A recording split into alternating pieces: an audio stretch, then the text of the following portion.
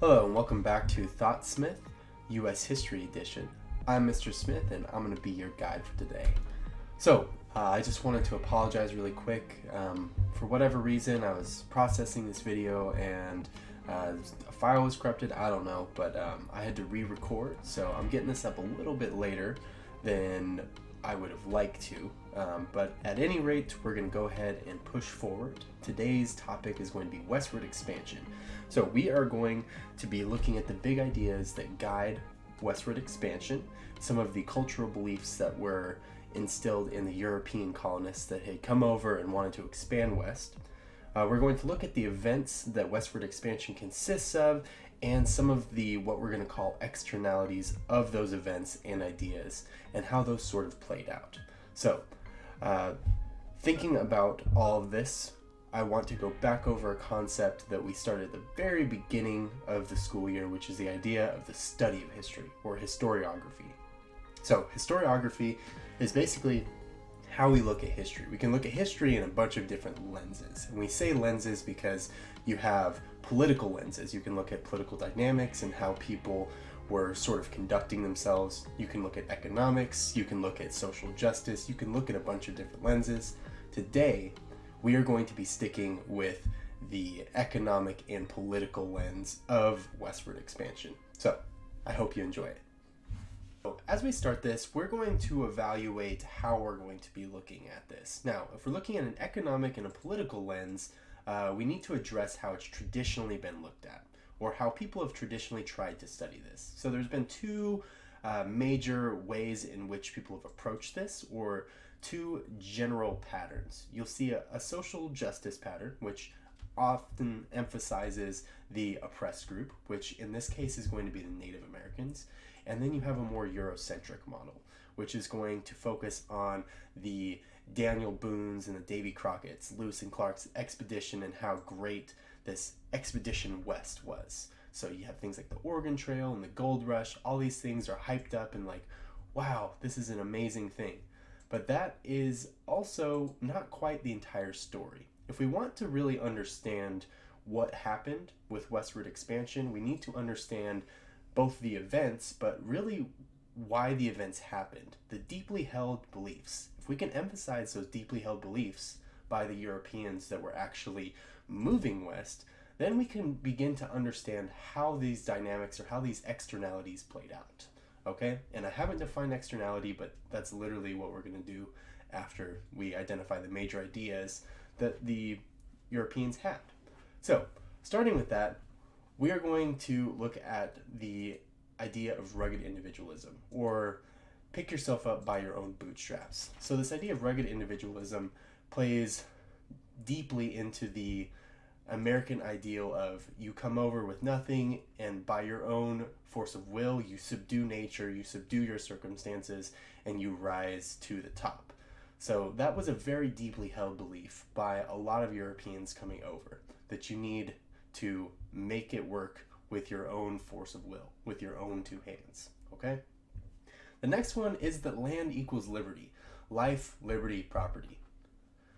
John Locke.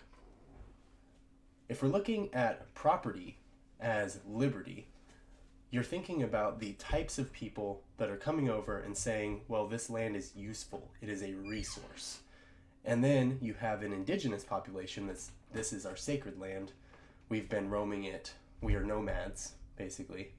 And we need this land to continue our cultural practice. Whereas people from Europe were like, look, there's not a lot of land. We need to all parcel it off. And in order for me to have liberty, in order for me to have freedom to do what I want to do, I need this land. And you're taking up way too much of it per capita. Now, this idea is then kind of codified in the Monroe Doctrine. So the Monroe Doctrine is a very, very influential piece when we're talking about westward movement, because what it does is it separates Americans from Europe, and it comes up with this idea of Western hegemony. So Western hegemony and hegemony in general is basically you're a leader or you're dominant over a parcel of land or a region as a group or as a country. So with the Monroe Doctrine, we basically established that America is a city on a hill and we are special. And we do not want European influence. We do not want any of this. This is our land. We're going to remove any trace of European influence. And we're talking about old Europe, so like Britain. We're going to remove Britain. We're going to remove France. We're going to remove Spain. And we don't want that anymore. So they coined this idea of Western hegemony, where they now are the sole owners of this entire continent. However, the indigenous population isn't necessarily part of their calculations. When these European settlers were moving west, one of the things that happened was a clash of culture. So you had Native American culture and you had the more white European centric culture. And we just explained just some of those basic identifying factors that existed within the culture of Europeans. That idea of rugged individualism, the idea of land is equal to liberty, and that they really owned the West. They needed to own this continent. If they were going to be a city on the hill and the world was going to look to them as an example of what freedom actually is, they need to own it.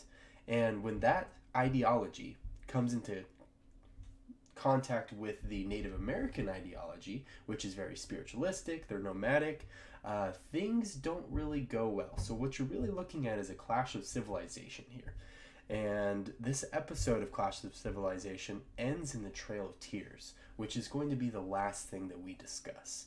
So the Trail of Tears ends up being something we call an externality. So we're going to define what externality means because it's an economic concept. So economics generally defines an externality as a side effect or consequence of an economic decision or activity that affects other parties without being reflected in the cost of whatever it is you decided in the first place. So making an economic decision, packing up your entire farm and moving out west, that's a decision, right? We're going into business. We want to expand out west because land equals liberty.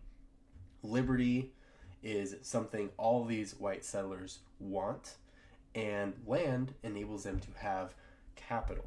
Capital is basically, for this definition, money or resources. That land is a resource, they need it. Now, in a classical economic sense, an externality might be a honey farmer or somebody who collects honey, has a bunch of honeybees, and when he releases those honeybees to go collect pollen, they end up pollinating fields around them and crops grow, as well as the farmer gets honey, right? A more modern example might be we have car factories or oil refineries, and through our consumption of oil and our production of oil, we create car emissions and we create toxic waste that goes up into the atmosphere and creates air pollution. It could be defined as a human toll as well. So how it affects people. When we make decisions and we make economic decisions, sometimes we don't factor in how that affects people and what is going to happen to those people. And that is essentially what happened with the Trail of Tears.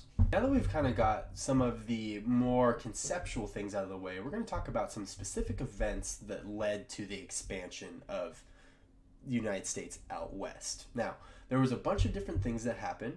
We have a map right here that you can look at. So the original 13 colonies are all the way over there on the right-hand side of this map. Now, those original 13 colonies were largely secluded from the rest based on property rights by the French, property rights by the Spanish, the massive amount of terrain in between, and lack of resources to travel. There were various things that factored into the reason why we didn't move west to begin with. But some of those were actually brought on by governments that were not existing on this continent. They were in Europe. So we're going to look at some of those events really quick. So here's a timeline of expansion. We're going to start this with the 13 colonies. So the first 13 American colonies are highlighted on this map. Now that red line that you see is the red line that we would call Proclamation of 1763. It also falls on the Appalachian Mountain Trail. Okay, so that's the boundary of the Appalachian Mountains that we're really looking at when we're looking at the red line. So if we want to really trace the expansion out west, we need to go back to the French and Indian War of 1757. In 1757, the French were moving down into what we would call the Ohio River Valley, and the colonists were trying to expand into the Ohio River Valley based on its fertile land. Now, just a little backstory, the Ohio River Valley was a sacred kind of nesting ground for Native Americans. It was Native American territory, and it was very, very prized Native American territory. There's a very rich history of Native American culture there. So both European powers, the French and the British, were trying to move into this, and they came to conflict. This resulted in the Proclamation of 1763 after the war was done, which prohibited colonists from moving west. They were not allowed to move west, which meant they were probably upset by this because land equals liberty. If you can't obtain more land and you're stuck in this arbitrary geographic boundary of the Appalachian Mountains, you kind of get upset because now your government is telling you that you can't have the level of freedom that you would want to have. And that's just a very basic way of describing this. So, 1763, yada yada, we go through, we have a revolution, yay. And then, in the Treaty of Paris, 1783, what we see is Britain withdraws their rights to the Ohio River Valley, which allows us to then move into the Ohio River Valley, which is the thing that we've been trying to do this entire time because we really want that land. However, Native Americans still live there. It's still their land.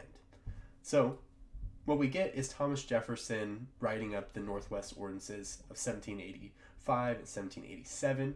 The last one, 1787, basically removed all Native Americans out of this little piece of land. This would be the Ohio River Valley. So if you notice, we have the 13 colonies over on the right-hand side, and then highlighted is the Ohio River Valley. This would be like Illinois, Ohio, Indiana, parts of Kentucky. Those places were generally really wanted by Americans, and Native Americans lived there. So we needed to move them. The Northwest Ordinances started making treaties with Native Americans to move them out of there. The Northwest Ordinance moves or tries to start moving Native Americans out of the land that they previously inhabited, or that Ohio River Valley, right? But this is really difficult because they don't have land to really move them out of. They don't have a lot of land. So we can actually start moving into the bigger events of the Westward Expansion. So we're going to start with the Louisiana Purchase. So the Louisiana Purchase was made in 1803 by Thomas Jefferson. And what it essentially did is it opened up a massive amount of land west of the Mississippi. Now, this was previously uncharted land, so they needed to figure out what was there and if it was inhabitable, all of that. But most importantly, it opens up a bunch of new land. And the federal government was just trying to do what with the Native Americans? Move them out of the Ohio River Valley. So it provides this kind of safety valve for Native Americans to be pushed out and for them to get treaties to say, hey, this is our land now, and we have now conquered the East. This is solidifies our conquering of the East. Well, not quite solidifies yet. We'll get to that in just a second. But essentially what it does is it allows the white settlers to move Native Americans through treaties out of the Ohio River Valley to a safety valve in the west past the Mississippi River. So the people that had already established their trades and their farms were now pretty safe and comfortable inside of the land that they already occupied. But we needed to know what was inside of this Louisiana Purchase, so we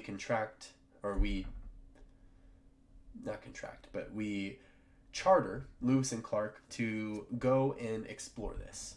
So Lewis and Clark are doing their thing. We had the Louisiana Purchase. We have all this new land. However, we had previously talked about the Northwest Ordinance. We didn't own all of that land yet. In fact, the British still controlled a decent amount of territory there. So, in 1812, the British kind of break some of their territorial boundaries, and we end up going to war with them. During that war, the Native Americans side with the British because they want their land, okay? Now, this is really important. When the Native Americans side with the British, they essentially say that we don't want to deal with the federal American government. We are going to make war. However, as time would prove, they don't have the capacity to make war with the white settlers in America, and neither does Britain. So we end up winning the War of 1812, which fully pushes out and gives us the rights to the Ohio River Valley and kind of seals the fate of Native Americans living there. But we also have this huge safety valve of the New West past Mississippi. Lewis and Clark have finished their expedition. We know what's there. We're having settlers move there. And it becomes this kind of safety valve for not only Native Americans, but for disgruntled immigrants and immigrants that we didn't necessarily want to see, which will be in a later episode dealing with the Chinese, Irish, and Hispanic Americans. We're not going to get into that right now. But the most important thing is this all kind of concluded, or that real like solidifying that we have now won the East, and now we're moving west onto our next conquest with the Indian Removal Act of 1830. So when we bought all of the land in the Louisiana Purchase, it provided a safety valve for Native Americans. Out of the Ohio River Valley, we own all of the East now. As such, we don't see a whole lot of reason why we would have Native Americans in our territory at this point. So,